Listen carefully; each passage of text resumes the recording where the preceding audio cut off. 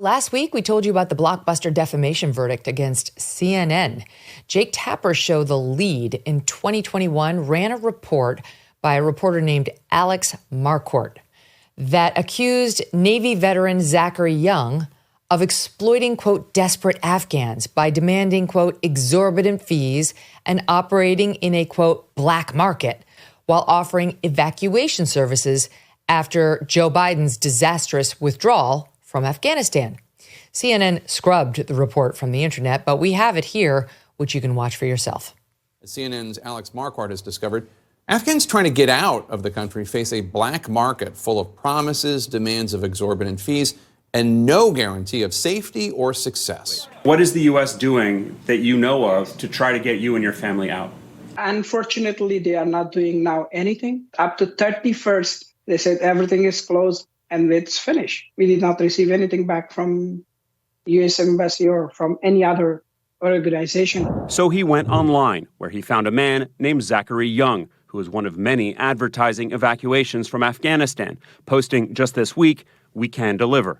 One LinkedIn user posted messages with Young, where Young said it would be $75,000 for a car to Pakistan. He told another it would be $14,500 per person to get to the United Arab Emirates, or Albania for another $4,000. Prices well beyond the reach of most Afghans. We got Young's number and called, but he didn't pick up. In a text message, he told CNN that Afghans trying to leave are expected to have sponsors pay for them. If someone reaches out, we need to understand if they have a sponsor behind them to be able to pay evacuation costs, which Young says are highly volatile and based on environmental realities. Young repeatedly declined to break down the costs or say if he's making money. And the lower third for the listening audience has got the stuff about black market and exorbitant fees. I mean, it's a fascinating story, except it's not true. Despite what the report and its on-screen chyrons, meaning the lower third on your screen, showed, Young did not operate in a black market. He did not advertise to Afghans. He did not charge exorbitant prices to Afghans. And he did not exploit Afghans. What Young did was save dozens. And if that report were not bad enough, what CNN was doing behind the scenes and what they were saying about this guy Young was even worse. You just saw CNN's Marquardt try to make the phone call to Young. Well, thanks to discovery in the case, we have the video of him filming his reaction shots to this. Watch this.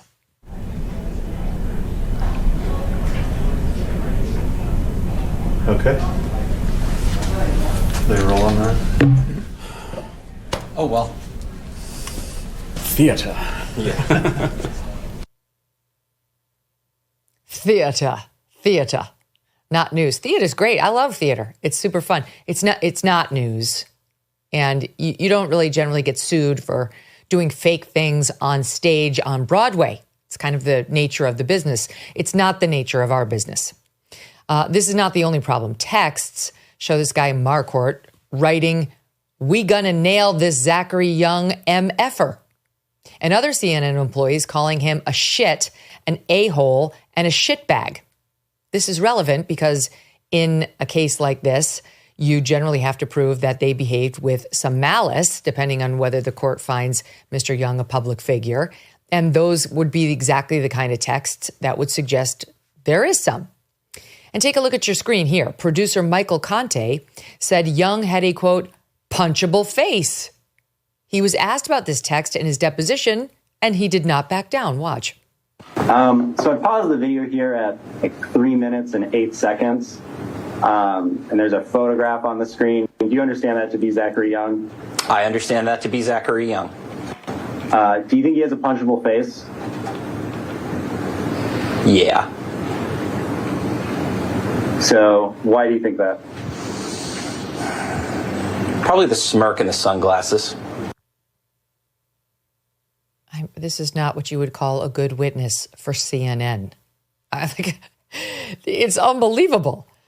The jury awarded Zachary Young $5 million in compensatory damages. This just happened. And they were set to give him even more in punitive damages. That's the phase of the trial that they were about to move on to. They found CNN liable. They gave him $5 million compensatory, and now they were about to debate just how big the punitive damage award would be when Young and CNN entered into a confidential settlement. CNN, for its part, released this statement. We remain proud of our journalists and are 100% committed to strong, fearless, and fair-minded reporting at CNN, though we will, of course, take what useful lessons we can from this case. Zachary Young joins me now, along with his attorney, Vel Freedman, here for his first long-form interview. Guys, thank you so much for being here. Zachary, thank you for your service. And first, just tell me how you're feeling right now with about a week to breathe after this whole thing wrapped up. Well, thanks for having us. It's been a long road the last 3 years of, getting to trial. And then, of course, the 2-week trial was quite intense. Just got back to Austria on Saturday, and my wife and I are still trying to decompress and really understand what just happened. So we're definitely very glad that it's over. We're very happy with the outcome. Val, can you just put into perspective how unusual this is to get this kind of defamation award against an organization like CNN? Sure. I mean, we're trying to track down exactly when the last time it happened was, but it seems that a national media organization like CNN has not been held liable for punitive damages in the past 50 or 60 years. So it's quite rare. And Megyn, as you touched on in the beginning, that has to do with what needs to be proven to hold a media company to account like that. Was Zachary deemed a public figure or a limited public figure? Because, if so, CNN would have more protection. And when we report on people who are public figures, we really can't be sued for defamation as news people unless we commit errors with what's called actual malice. So what was the standard that the court implied here, Vel? So they tried, but they failed. So he was not called a public figure. And so to get liability on the underlying count, meaning for the jury to say you have to pay him your compensatory damages, the $5 million, we only had to show negligence. But in order to get the punitive damages award, you have to show malice. It's the same standard. So when the jury eventually found that CNN should be liable for punitive damages, they had to have found that CNN knew what they were publishing was not true, or had at minimum substantial doubts as to whether it was true. They published anyways, despite knowing it was true or probably not true, and that they did it with a primary intent to harm Zachary. And so the jury had to find both those things, and did find both those things, in order to hold CNN liable for punitive damages. Wow. Okay, so then that's when you settled the case. And I'll get back to Zach to tell the story in a minute, but I'm just kind of interested in the legalities of it. So I'll stick with you, Vel, for a minute. So that's when you settled the case, but you didn't settle it earlier, not because CNN didn't try to settle it. They did try to settle it, but you guys would not settle it. So what was your thinking on that? Because defamation cases are tough. They are tough. By the time we were forced to attend the court-ordered mediation, CNN asked the court to force Zach to come in from Vienna in person for that meeting. They said they wanted to take it seriously. But I got to tell you, it wasn't really legal strategy. We gave Zach advice. We told him we thought he had a really strong case. The evidence here was overwhelming in our view that CNN had committed defamation and had done so maliciously. But it was really Zach that wouldn't settle. He said he had to, I think he told me there were two things he wanted to accomplish. One, he needed to clear his name because they had slandered him internationally to millions of people. And the second is he thought this was a very rare opportunity to kind of expose wrongdoing and bad actors in the media and just kind of try to course correct a little bit. And he's a patriot. He's always been a patriot. He was a Navy vet. He worked for, the CIA for a long time. He's not supposed to talk about it, but it came out at trial. And this was just one more way he was serving his country. He would I have not to say, Zach, I as a news person myself now, I'm not huge on, suing news people for defamation. Of course, it's scary there before the grace. But this is so egregious. I mean, I can't imagine a case in which, I've never texted with my producers this way about somebody that we're reporting on, with such disgust and animus, and then gone out with a report that my internal producers were telling me was, quote, full of holes like Swiss cheese and not even worthy to make the website, but they'd let me say it on the air, I'd be scared shitless to actually front a report like that. And then when the person sued me to do anything other than completely fall on my sword and say, oh my God, we got everything wrong. I'm deeply sorry to Zach.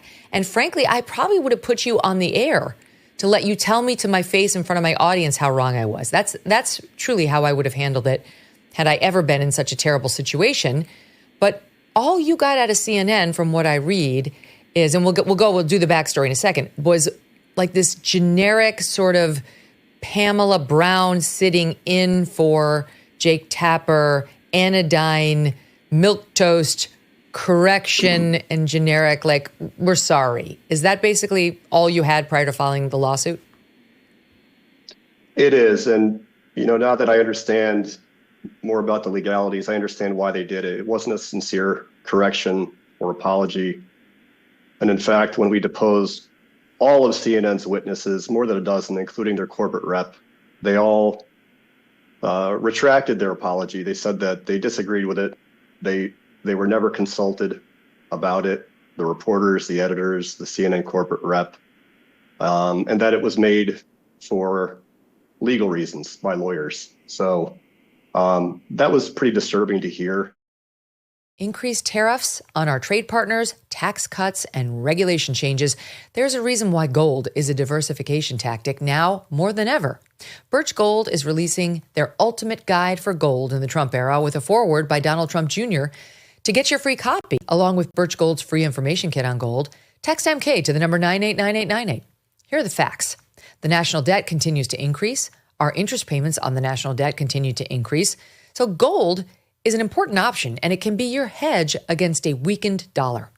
Birch Gold can convert an existing IRA or 401k into a tax-sheltered IRA in gold. Text MK to 989898 for your free copy of the ultimate guide for gold in the Trump era. There's no obligation, just information. With an A+ rating from the Better Business Bureau, countless 5-star reviews, and thousands of happy customers, find out more about Birch Gold. There is a reason so many people love these guys and take all or just a small part of their existing IRAs and move them over into gold with Birch. Text MK to the number 989898 today. Thanks so much for watching. If you like what you just saw, hit the subscribe button for more clips and full episodes.